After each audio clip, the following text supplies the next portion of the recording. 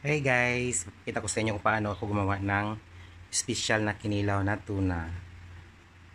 At meron akong tabon-tabon guys, ilagay ko yan siya. Ito yung tuna ko, yellowfin. Yan, hiwain ko muna siya guys. Ayan.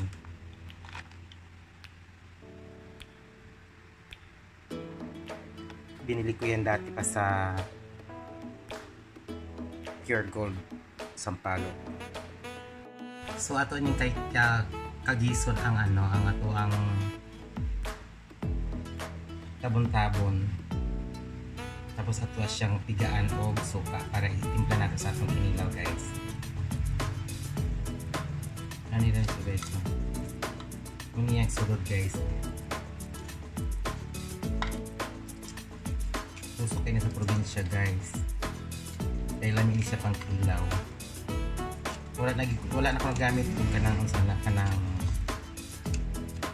lamansi ang akong gigamit kaning kuan na lang. Yasong.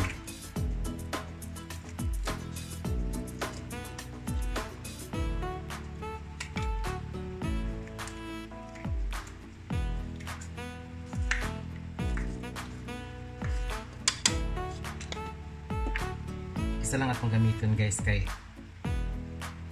daghan na kaayo kong duha. Muna niya pan, wala na siya sulod. Muna niya ang sulod niya guys ito. Tigaan na to di siya suka. Tapos lang nato siya guys, kumuto lang nato siya. Tapos ato di siya isala ang salaan. Para kuhaon nato yung juice. Itimpla natin sa ito ang pinilaw na tuna.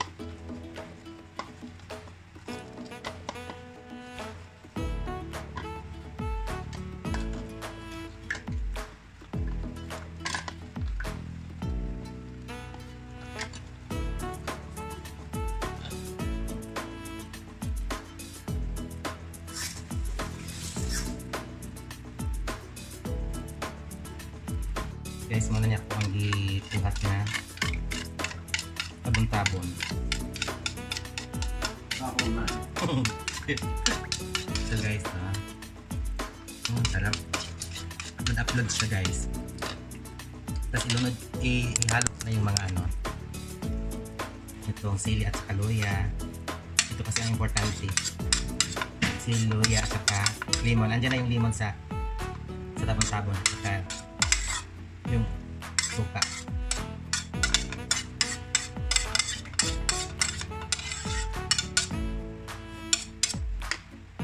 At kanina akong tuna guys, nahugasan na ako ng suka guys.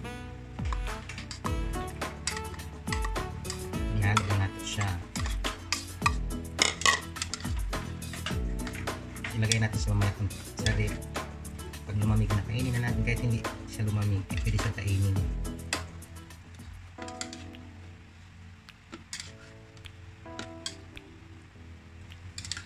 Pag naitabon-tabon yung kinilaw guys, panalo kay upload siya, lami siya.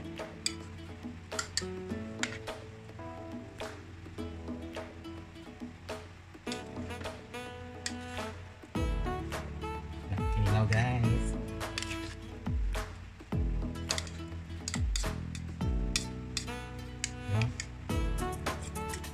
Ang sarap.